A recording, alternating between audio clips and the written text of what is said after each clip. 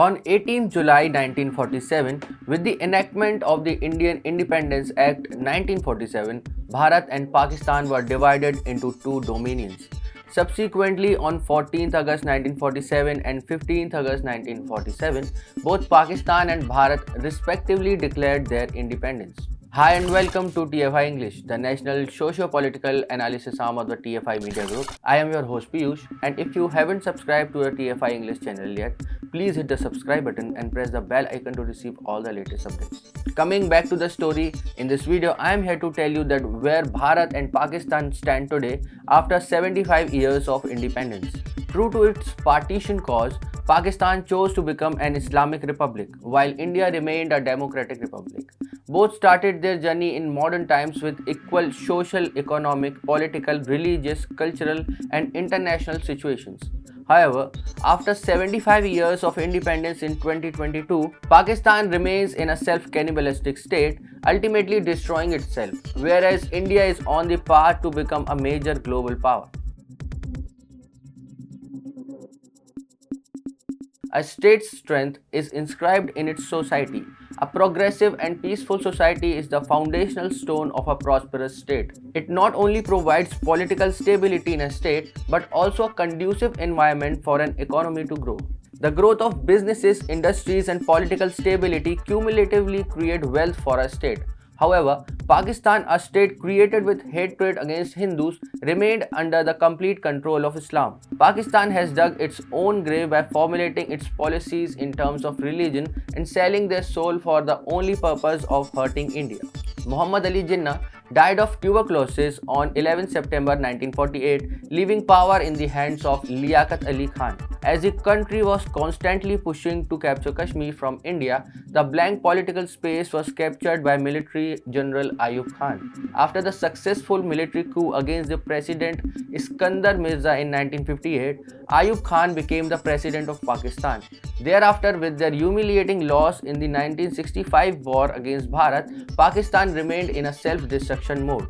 In its hatred towards India, Pakistan continued to export terrorism, which resulted in instability within its own borders. This ruined the country's business growth despite its strategic geographical location around the globe. Further, in an arms race with India, they developed weapons of mass destruction but could not feed its mass population.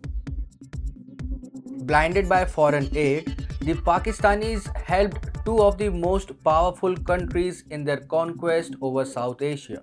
The country focused on military development but completely ignored its basic economic infrastructure.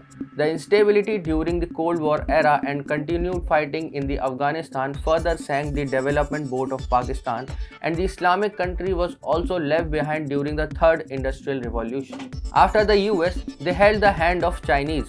But the booming market of China did not help Pakistan to grow its industrial base. The country was used by China to advance its presence in the Arabian Sea and made Pakistan a satellite state for their personal gain.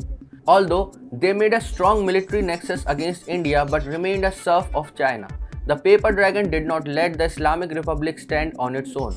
Now the Islamic State is on the verge of missing the bus of Fourth Industrial Revolution. The Islamic Republic of Pakistan throughout its short history remained a satellite state. Every policy of Pakistan was decided in the backyards of America and China.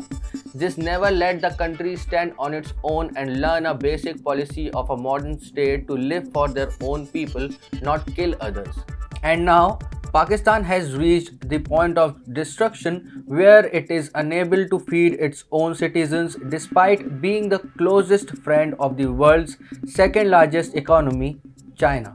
Except the terror industry, every other industry in Pakistan is in a state of decline.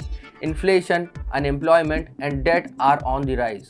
The country's external debt has risen to $10.886 billion, and the state's foreign exchange reserves are struggling with just about $2 billion. Recently, Pakistan borrowed $2.3 billion from China at an undisclosed interest rate. The country is also in talks to get $1 billion from the IMF. In order to save its foreign currency, the country is requesting its population to drink chai, lassi and sattu. With the looming economic crisis, Pakistan is in a total mess. On the other hand, India, which started the race of development with equal lines, is achieving a new height in prosperity. The nation's economic numbers are excellent, society is prospering, the government is stable, and international stature is at an all-time high. With about $3.12 trillion in nominal gross domestic product at current prices, the Indian economy is the world's sixth largest economy. In the recession period, when major countries are struggling to maintain growth, India is expected to grow at 7 to 8% of the annual GDP rate. With about $572 billion, India's foreign exchange reserve stands strong against dollar shortfall.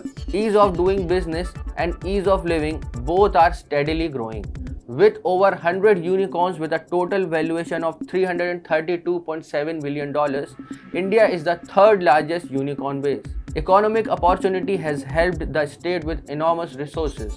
With the establishment of a welfare social policy, the government is able to substantially reduce inequality and poverty in society. The economic management has also helped the state to strengthen its defense capabilities and safeguards its sovereignty.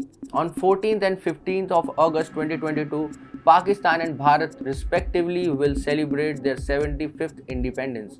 Starting the journey with an equal position, India is constantly progressing towards prosperity. On the other hand, Pakistan will once again search for countries or organizations to acquire loans. The degenerative society has still not learned the lesson of self-love. They are still spreading venom against India and exporting terrorists. Although Bharat is now capable enough to safeguard its people, but who will save Pakistan from destruction? In hatred against India, they have dug their own grave.